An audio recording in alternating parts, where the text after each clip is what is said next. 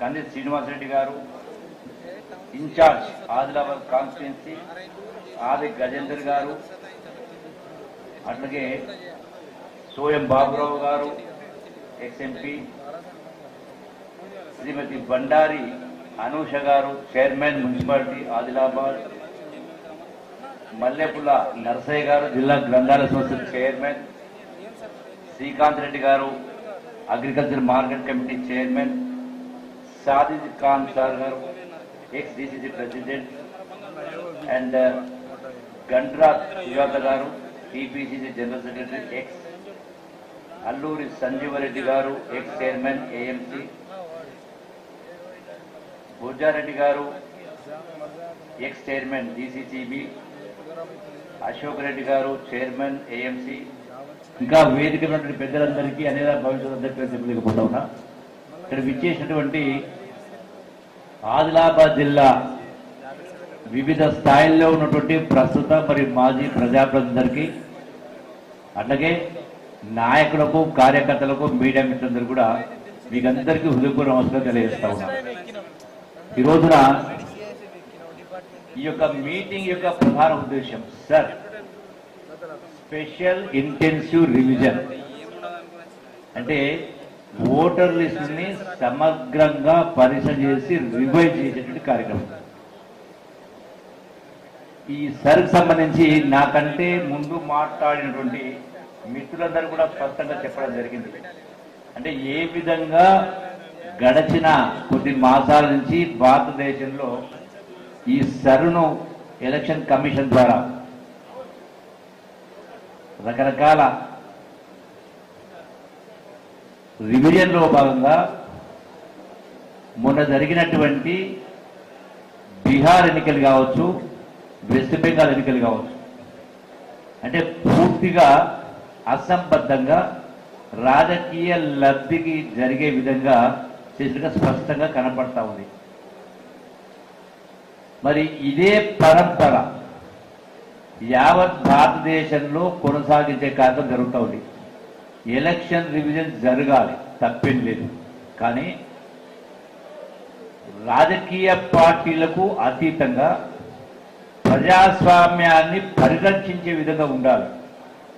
అట్లా కాకుండా దీని పేరు పైన రాజకీయ పార్టీలకు, ముఖ్యంగా మైనార్టీస్ కావచ్చు, ఎస్సీలు కావచ్చు, గోడ్స్ కావచ్చు, వీళ్ళందరి ముఖ్య మొదటి నుంచి కూడా కాంగ్రెస్ పార్టీకి అనుకూలంగా ఉన్నటువంటి వర్గాలు మరి ఏదో ఒక్కతోటి ఏదో కారణం చేత ఆ యొక్క ఓటర్లను తీసివేసే కార్యక్రమం చేస్తే మరి దాని ద్వారా మొత్తం రాజకీయంగా మొత్తం ప్రజాస్వామ్యానికే పెద్ద దెబ్బ.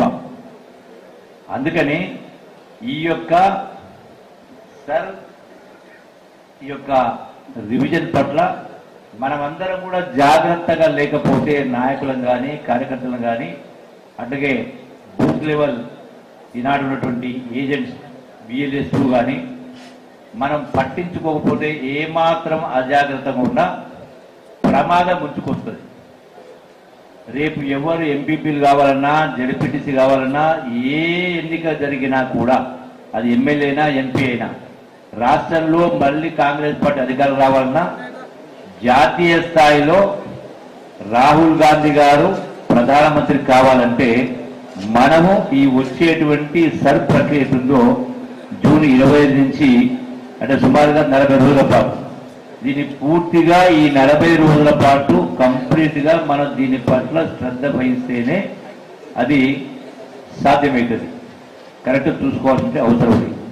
అందుకే ప్రతి బిఎల్ఏ కూడా బిఎల్ఓ ఎక్కడ ఏ ఇంటికి వెళ్తే అక్కడికి వెళ్ళి వాళ్ళతో సత్సంబంధాలు పెట్టుకోవాలి.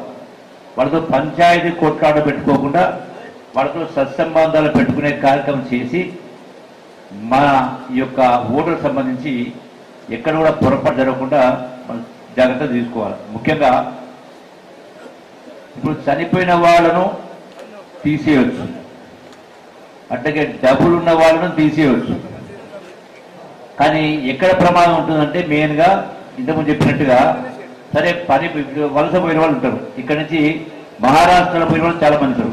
కొంత సెక్షన్ హైదరాబాద్లో పోయిన వాళ్ళందరూ వివిధ వృత్తుల వల్ల వాళ్ళ యొక్క బతుకుల కోసం పోయిన వాళ్ళతో. సో వాళ్ళ పేర్లు తొలగించే అవకాశం ఎక్కువ ఉంటుంది. అట్లాగే మైనార్టీలకు సంబంధించి కూడా, ఎందుకంటే ఆ ఇంటి పెద్ద మనిషి లేకపోతే అక్కడ అలౌ చేయరు జనరల్గా. సో అక్కడ కూడా సమస్య ఉంటుంది.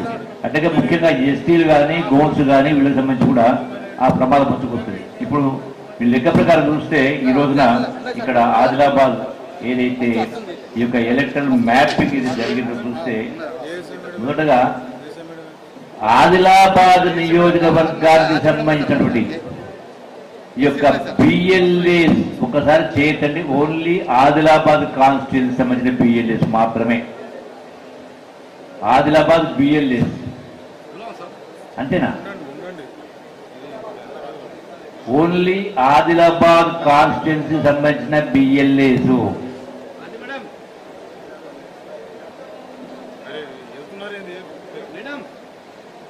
సరే చేతి దింపండి. ఓటు నియోజకవర్గాలకు సంబంధించిన బిఎల్ఏస్ అంటే ఇంకా మరి కొందరికి సమాచారం లేకుండా అందరు వచ్చినట్టుగా కనపడలేదు. రెండవది ఈ రోజున ఏదో చాలా మొహరం పండుగ ఉందంటారు కాబట్టి అదో సమస్యవచ్చు. కానీ మళ్ళీ మీరు ప్రతి ఒక్కరితోటి కూడా సత్సభలు పెట్టే కార్యక్రమం చేయాలి. ఒకసారి మొత్తం ఆదిలాబాద్ ఉమ్మడి ఆదిలాబాద్ జిల్లా లెక్క తీస్తే 23,39,191 ఓట్ల కాను మ్యాపింగ్ అయినటువంటిది 18,25,000. అంటే అన్మ్యాప్ అయితే 5,10,000 ఓట్లు.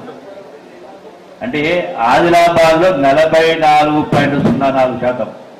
అంటే హైయెస్ట్ ఓటర్ మ్యాపింగ్ కాంది ఆదిలాబాద్ 44.04, అట్లాగే మంచిర్యాల 44.98%, అట్లాగే నిర్మల్ 44.92. అంటే ఆల్మోస్ట్ 44% ఓటర్లది అసలు మరి మ్యాపింగ్ కాలేదు. ఎందువల్ల కాలేదు ఏందనేది ఒక మిస్టరీ క్వశ్చన్ మార్క్.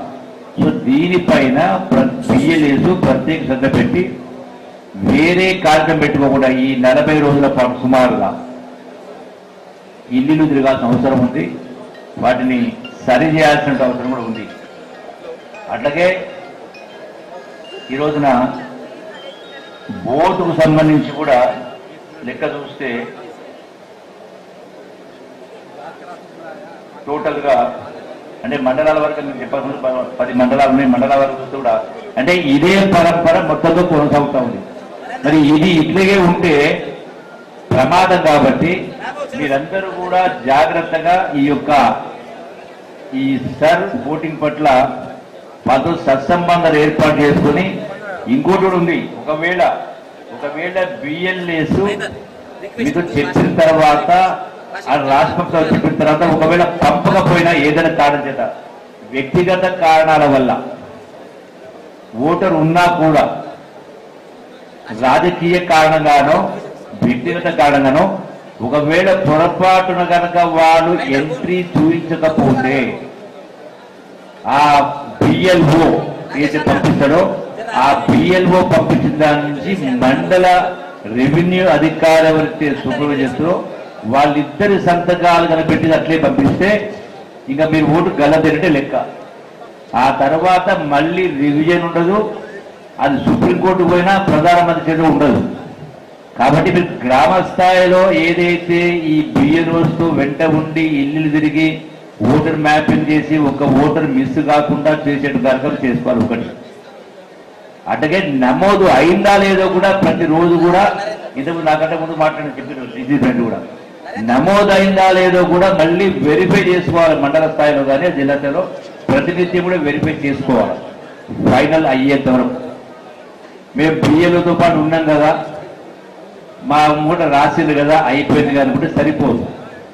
అందుకే అది నమోదు అయిందా లేదో కూడా రిపోర్ట్లో వాళ్ళు పంపిన రిపోర్ట్లో ఉందా లేదో కూడా చూసుకోవాలి. వాళ్ళ ఇద్దరు సంతకాలే ఫైనల్. ఒకటి బిఎల్ఓ, వాళ్ళ పైన ఉన్నటువంటి సూపర్వైజర్, ఎంఆర్ఓ అధికారులు. సో ఆ ఇద్దరి సిగ్నేచర్స్ అనేది ఆ ఇద్దరు రిపోర్ట్